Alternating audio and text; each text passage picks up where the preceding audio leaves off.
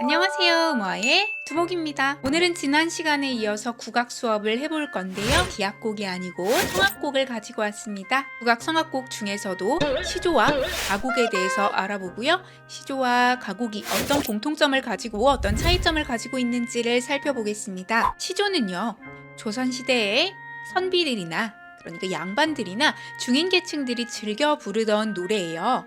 초장, 중장, 종장으로 3장 형식으로 이루어져 있는 노래입니다. 시조 시를 가사로 해서 부르고요. 피부 관리하면서도 쉽게 부를 수 있을 정도로 이렇게 비유를 해 놓은 이유가 시조는요, 그리 어렵지 않게 간단한 악기 혹은 악기 반주가 없어도 부를 수 있는 음악이다 라는 거를 보여주고 싶었고요. 동차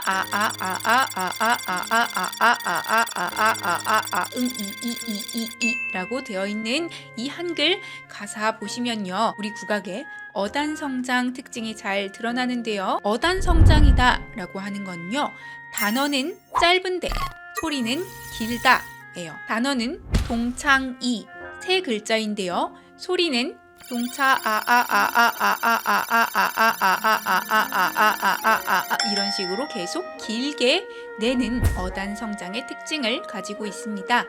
동창이 악보 보겠습니다. 이렇게 사각형 모양에 들어있는 우리 국악곡 악보 이름 세 글자로 뭐라고 할까요?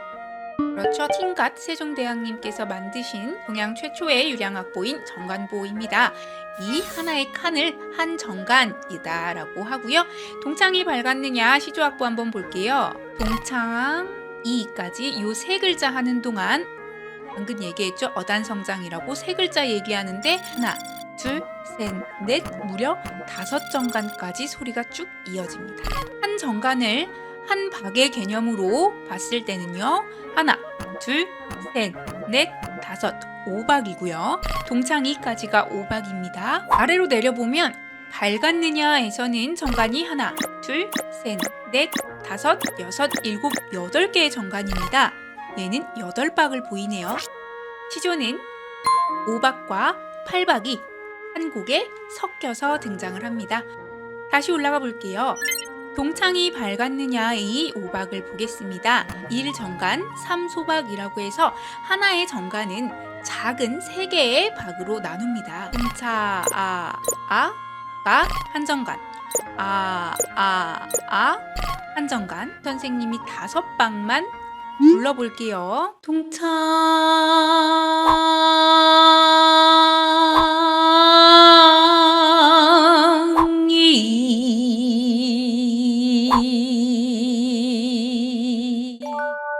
여러분들의 교과서에 따라 정관보로 평시조 동창이 악보가 나와 있는 경우도 있고, 오선보로 나와 있는 경우도 있고, 가락선보로 나와 있는 경우도 있는데요. 평시조 동창이의 경우 상, 중, 임 3가지 율명만으로 연주가 됩니다. 하단 더보기 클릭하시면 평시조 동창이 가락선보 악보를 PDF로 제공을 해드릴 텐데요. 평시조 동창이 선율을 따라 손가락으로 가락선을 그리면서 한번 불러보는 연습을 해보세요. 영상에서는 동창이 밝았느냐까지만 한번 불러볼까요? 동창이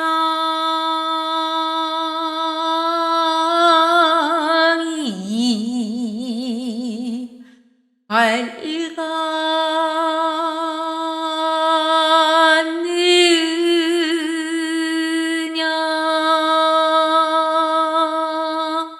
이렇게 가락선을 그리면서 부르면 선율의 흐름을 좀 쉽게 익히면서 부를 수가 있습니다.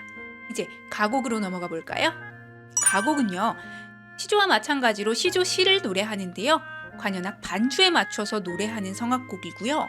시조는 초장, 중장, 종장의 3장 구성이었지만 가곡은 5장 구성을 가집니다. 가곡은 사진에서 보다시피 뒤에 반주가 수반되는데요. 이 관현 반주의 편성은 지난 시간 우리 현악 영산회상 하면서 줄풍류 악기에 대해서 배웠잖아요. 줄풍류 악기 편성을 가곡도 기본 편성으로 합니다. 역사지인 유해지에서의 기록을 보면요, 가곡 계통인 중대역, 삭대역, 그리고 현악 영산회상 이런 곡들을 방중악이라고 해서 실내악, 줄풍류로 연주하는 곡입니다 라는 기록이 있어서요, 가곡도 줄풍류의 세악 편성을 가진다, 세악 편성이다 라고 하는 거는 악기가 적게 모여있다 이거든요. 그래서 작은 규모의 관현 합주 반주가 붙는다 라고 이해하시면 됩니다. 아까 피부 관리하면서 시조 부르시던 아주머니 팝콘각 하면서 가곡 관람하고 계시죠? 가곡은 시조하고 똑같은 시조시를 얹어서 부르는데도 불구하고 그 선율이 굉장히 더 복잡해서요. 시조보다 더 부르기가 어렵습니다. 그래서 전문 소리꾼이다 라고 하는 가객들이 주로 불렸고요. 가곡은 부르는 사람에 따라서 여창가곡, 남창가곡, 그리고 남여창가곡 이렇게 세 가지로 분류가 됩니다. 가곡 악보를 보겠습니다. 한자로 지금 초수대엽이라고 되어 있고요. 26개로 이루어진 가곡 한바탕에서 맨 첫 번째 곡이라서 초수대엽이라는 이름이 붙습니다. 가곡의 정관보를 봤더니 평시조보다 굉장히 가락의 굴곡이 심하고 음이 더 많이 들어가 있는 모습을 볼 수 있습니다. 아까 시조는 5박, 8박 장단의 혼합 장단이었다면 가곡은 16개 정관이 보일 거예요. 한 장단 16박 장단의 곡입니다. 가곡은 아까 26곡, 가곡 한바탕이 있다라고 이야기를 했잖아요. 그러니까 그 여러 곡 중에서 지금 초수대엽이 첫 번째 곡인 거라서 가곡은 굉장히 많은 곡들이 있어요. 모든 가곡의 장단이 16박 장단인 것은 아닙니다. 이 가곡도 지난 시간 영산회상 생각하시면 돼요. 20박 장단에 상영산, 중영산이 있었고요. 10박 장단에 세령산, 가락더리가 있었고요. 이런 식으로요. 가곡도 16박 장단의 곡들이 있고 10박 장단에 조금 빠른 속도의 가곡들이 있습니다. 시조는 동창이라고 하는 한 시조, 이 한 곡 안에서 5박, 8박이 동시에 혼합해서 나온다라는 장단 개념이고요. 가곡의 장단은 16박 장단의 가곡이 있고 그리고 10박 장단의 가곡도 있어요 라고 하는 독자적인 장단의 개념입니다. 이제 시조와 가곡을 비교를 한번 해볼게요. 첫 번째 우리 평시조 동창이 같은 경우에는요. 남구만이 말년의 관직에서 물러나 전원생활의 풍류를 즐기며 쓴 시조시를 가사로 한 시조입니다. 농촌의 아침 정경을 여유있게 표현하여 운치와 멋을 살린 대표적인 권농가 중 하나로 일찍 일어나 부지런히 농사를 지어야 하지 않겠느냐라는 가르침과 부지런히 일하는 건강한 모습이 작품 전반에 묻어나고 있습니다. 권농가는 농사를 권장하는 노래를 말합니다. 가곡 초수대엽은요, 우리나라 전통 성악곡인 가곡 중 하나로요, 전체 가곡 한바탕 가운데 첫 번째 곡이라서 초수대엽이라는 이름을 가진다고 이야기했죠. 남구만의 시조시 동창이를 가사로 하였으며 남창으로 부릅니다. 그래서 남창가곡 초수대엽이라고 합니다. 시조와 가곡은 시조시를 가사로 한다는 공통점을 가지고 있습니다. 그런데 시조는 3장 구성이었고 가곡은 5장 구성이에요. 왜 그런지 살펴봤더니 왼쪽 보시면 시조는 초장, 중장, 종장의 3장 형태를 띠고 있는데 가곡은 초장 전에 대여음이라고 하는 구간이 보이고요. 3장 이후에 중여음이라고 하는 구간이 보이네요. 시조와 가곡의 차이를 이야기하면서 가곡은 뒤에 뭐가 붙는다 그랬어요? 그렇죠. 반주가 붙는다라고 이야기를 했습니다.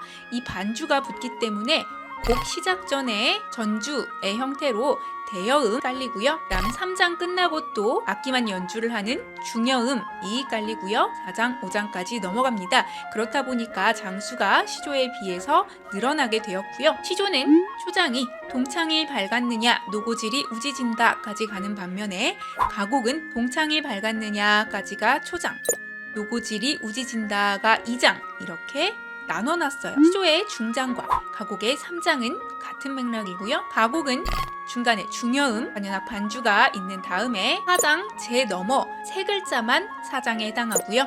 5장 살에 긴 밭을 언제 갈려 하나니 까지로 해서 마무리를 합니다.